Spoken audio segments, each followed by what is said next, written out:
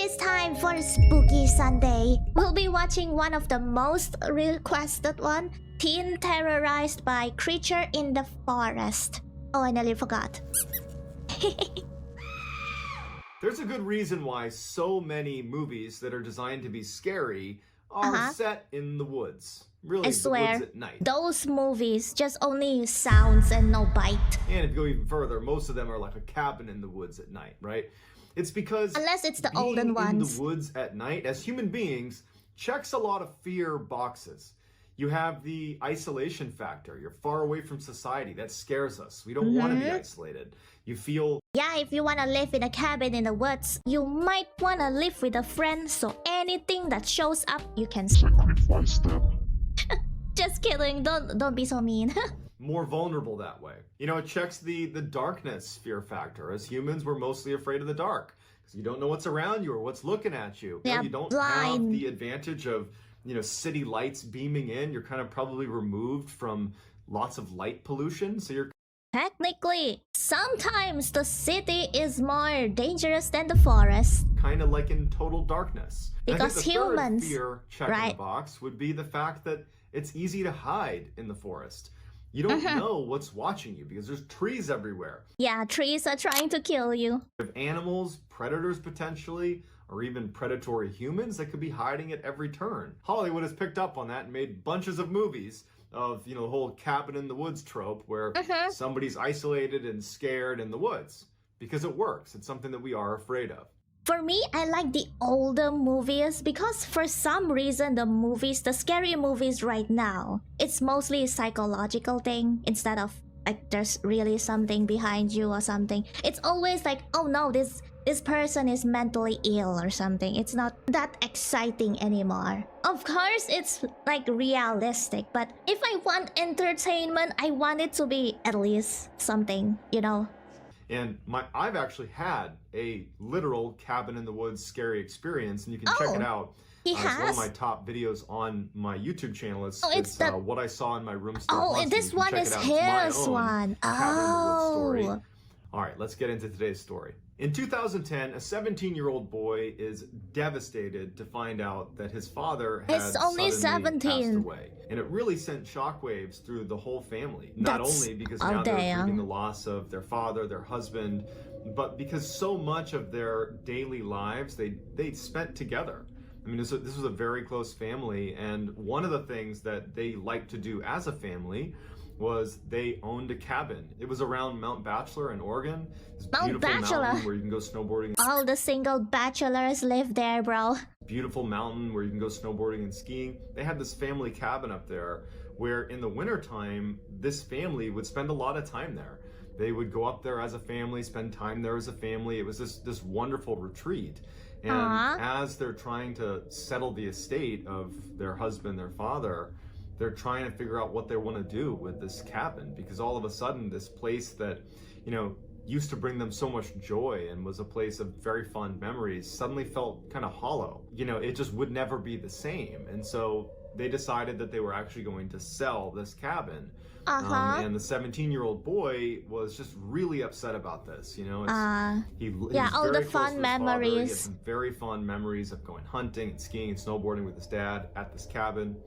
And so once the cabin was actually put up for sale by this boy's mother, he asked if, you know, before they actually sell it, could he spend some time up there, I guess paying his respects in a way to his father. But he just wanted one more opportunity to spend some time in that cabin. And his mom...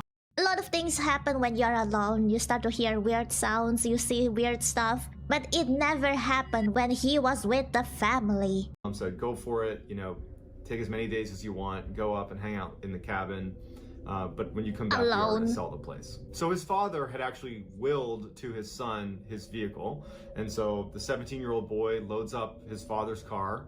He goes out and he buys some snacks and drinks, heads up to the cabin in Oregon with the family dog whose name was Midnight. And his plan was just to go up to this cabin and try to enjoy being in this space one last time. Don't think about it as this place that now has no meaning because his father had died, but rather a place that he wanted one last positive memory before it was forever gone from their family. And so he gets up there, makes his way to the cabin, and he settles in for what turned out to be an abbreviated stay at the cabin. So in order to understand this story, we need to talk a little bit about the layout of the cabin itself. Oh, goody. The cabin was 2 stories. Wow. And it was built into a mountain, Mount Bachelor in Oregon.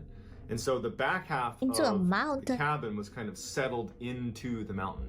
So there were no windows, save a little sliver of window that fed. So like it's built into the mountain? What if there's like a landslide or something? Into the bathroom, actually, in the back of the cabin. A little sliver of window that fed into the bathroom, actually, in the back of the cabin. The front of the cabin was this beautiful, double-decker cabin with, windows on the second floor that fed into the master bedroom. On the second floor, there was a walk-out balcony that kind of jutted out a few feet from the second deck. The first floor, you could see in through all these beautiful windows. There was a sitting area, like a living room and a TV, and then a small kitchen as well. So the cabin was built in an area that was heavily forested. So they had to clear out, a bunch of trees to even build this cabin when the family had this built years and years ago. Well, they built it themselves. Really only cleared away the front section of trees so that there was a clear shot to the house, but the sides and the back were very heavily forested with these huge tall pine trees. And they basically had this little tiny driveway that fed in through all the trees, and you had this one kind of clearing in front of the cabin. So if you were on the second floor of the cabin, where there's the master bedroom, there's a bed up there, and you were looking out that window, you'd be looking like over the balcony out into a clearing, basically. It's quite clear. But there's a tree line, 100 yards past that clearing that's very dense. And there's actually a couple of trees, fairly prominent trees, that are sitting in front of the cabin that they did not cut down. One of which, for the story, we'll call it the sitting tree. Parallel to the ground, about 20 feet up, was this beautiful branch that looked perfect for a whole bunch of people sitting on it.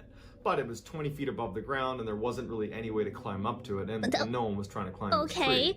But there's this tree that basically has a seat, if you will. Like the branch is like a seat. Let me guess, something will be sitting on that branch, just staring into the second floor.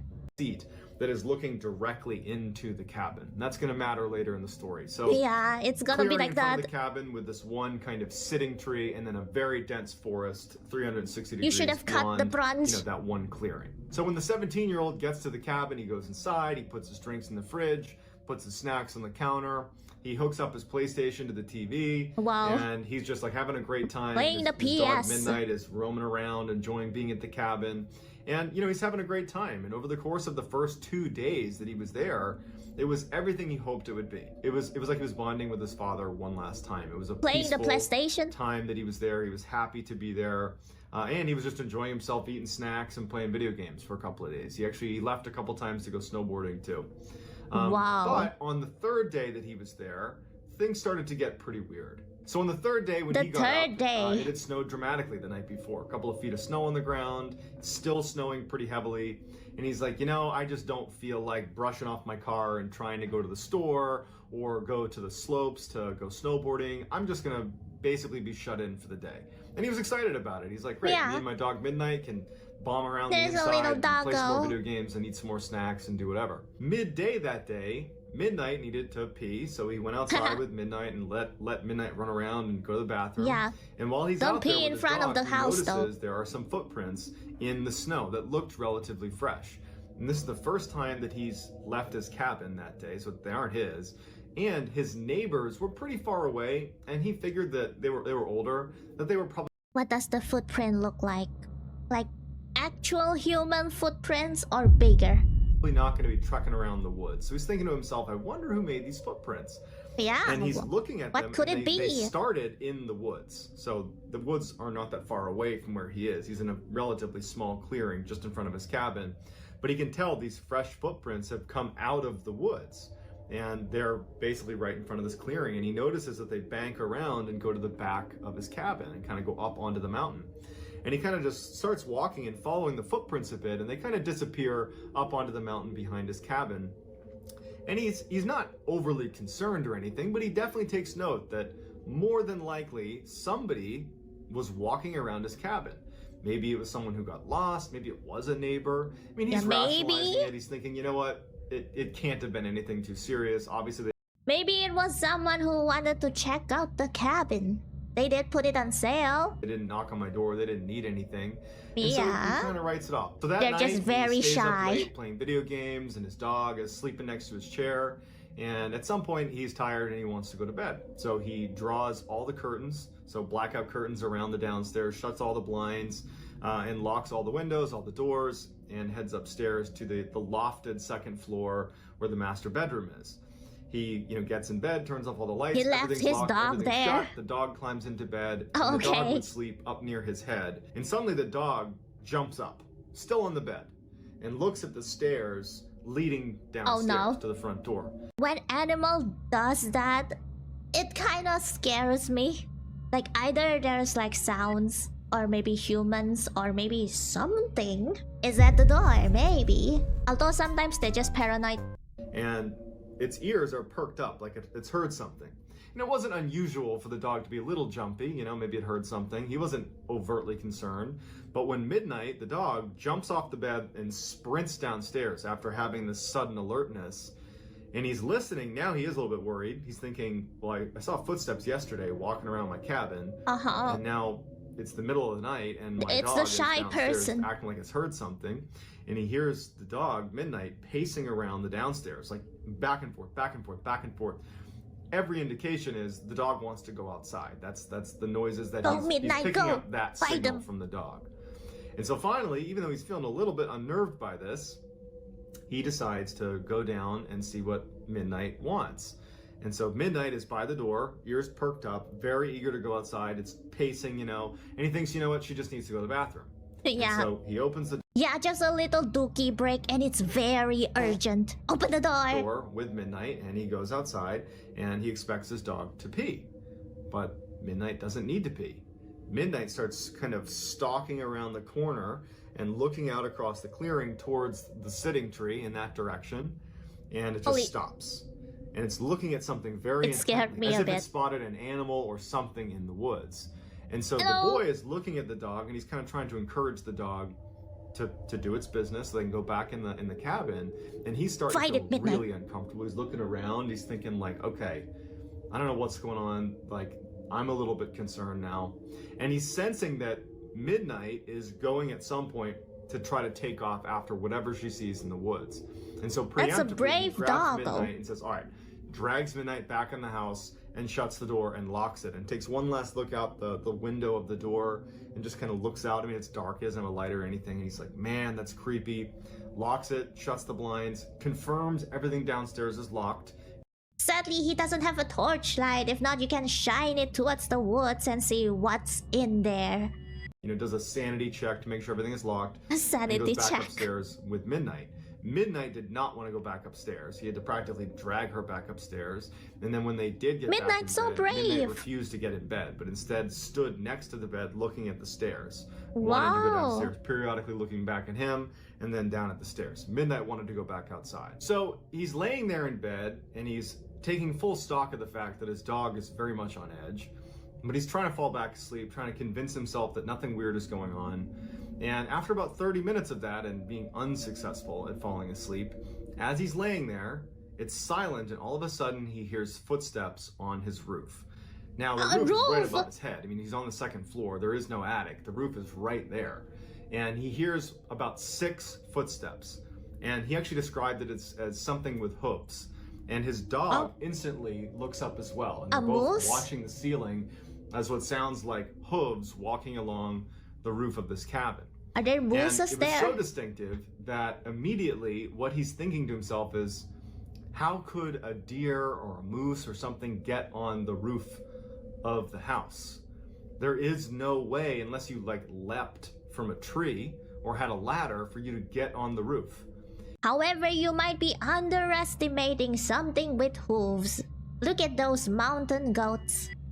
And how did we not hear if they leapt from a tree or a ladder even? Oh, true. How didn't we hear a loud slamming sound when they first landed on the roof? Yeah. Like it's as if they've been there for a while and we just didn't know. Damn. And so then the Damn. footsteps Holy stop. shiz. And at Wait. this point, the dog stops looking at the roof at that time they were outside. Is it already on the freaking roof? Holy, I got the chills. And goes right to the balcony, which is shut. There's a door shut to the balcony, and there's curtains drawn against the balcony, so he can't see what's out there.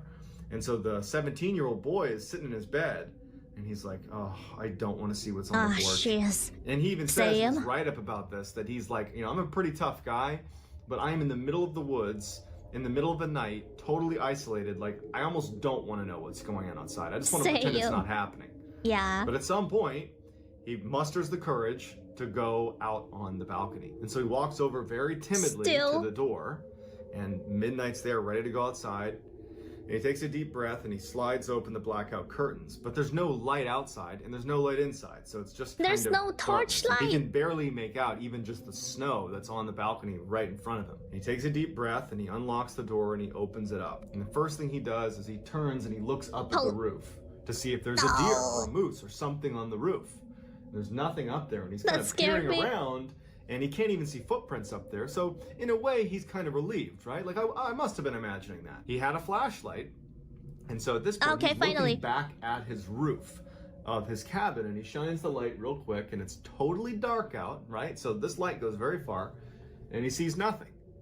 And the dog at this point, he can hear the dog making kind of some commotion below him. It's angling itself to look out in the direction of the sitting tree and out towards that tree line where the dog had originally been fixated on something in the tree line. And so just doing his diligence, the 17-year-old scans from the top of the roof where he sees nothing. He starts scanning over to the side of the house. Oh, the freaking suspense. Like, this is the direction of the sitting tree. He's looking over here and he's looking, he's scanning the tree line, just looking for anything that might have been on the roof. And he's looking, and he's looking, and he's looking, and then he gets to the sitting tree. Holy shit. And his flashlight stops on a man crouched on that perch. That freaking scared me, bro. What the heck? Who looked very tall. He had his hands holding onto the branch right above him, and his mouth is open. And he's holding onto the branch, and he's looking directly at the boy. Holy crap. Unblinking, 100% focused on him. He's less than 50 yards away from him at this point.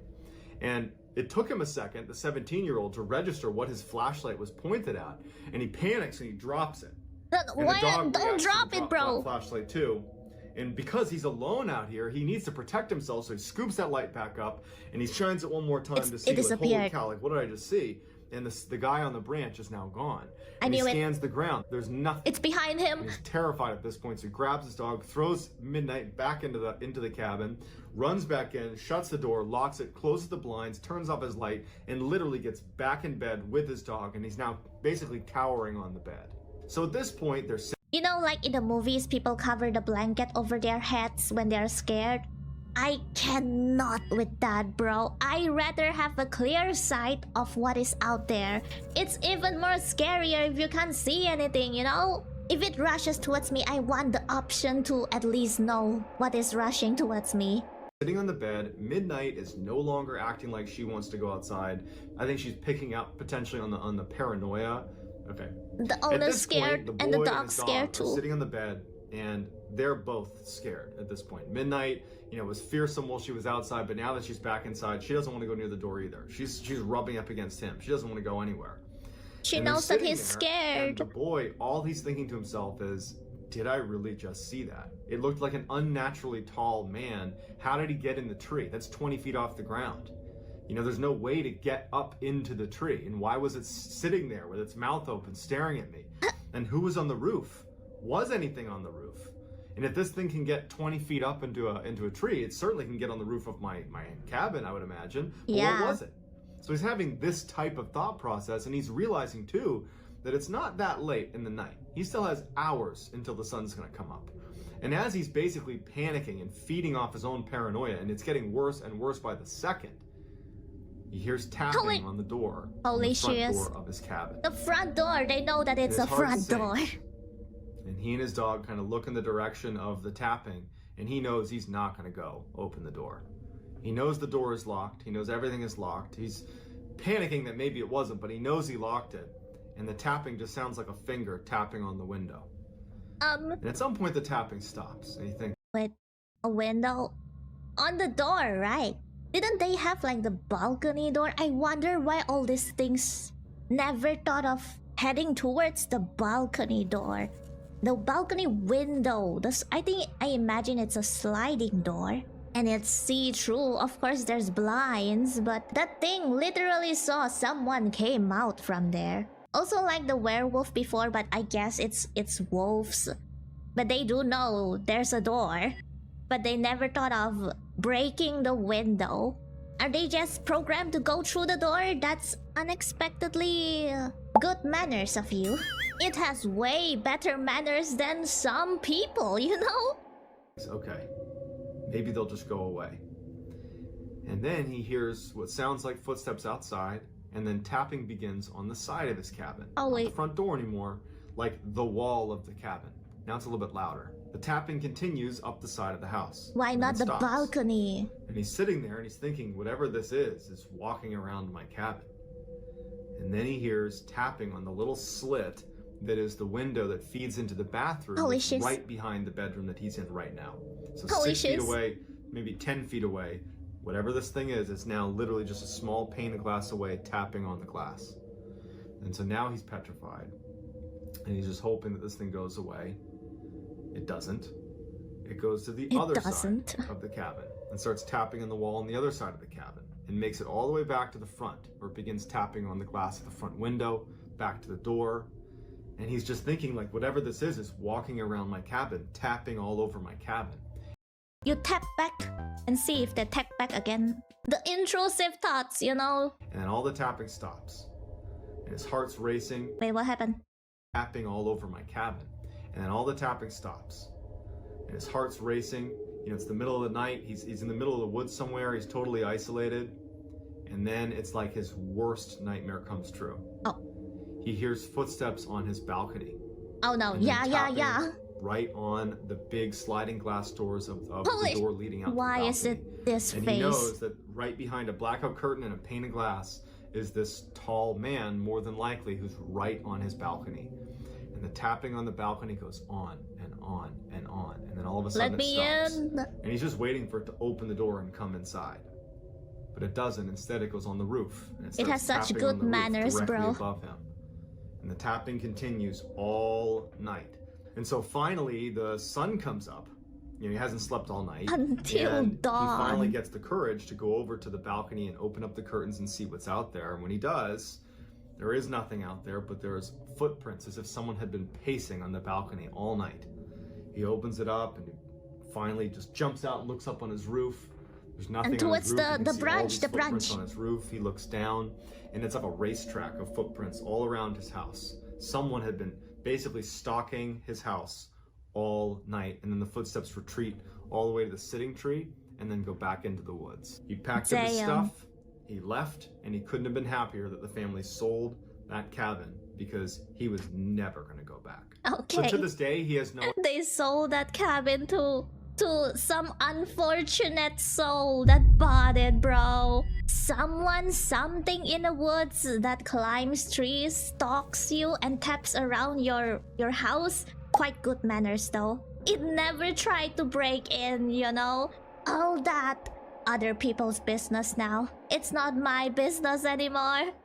No idea what it was, and even if it was just a person who was tapping on your windows and your walls, the potential buyer, and bro, your roof and your balcony, even if it was just a human being doing that, that would be horrifying. Indeed. Let alone if it was something else, something paranormal. And so if you want to check out my video about my experience, it's on my channel called What I Saw in My Room Still watching Haunts that Me. next time. It's eerily... I did not know that it was this title. I've seen it before. I've seen the thumbnail of it before, but I never thought that it's his experience. You know, there's a lot of comments saying that I should check that one out. I did not know that it was his experience. Today's question, what do you think it could be? It sounds like hoofs on top of his roof, but it also looks human. What do you think it could be?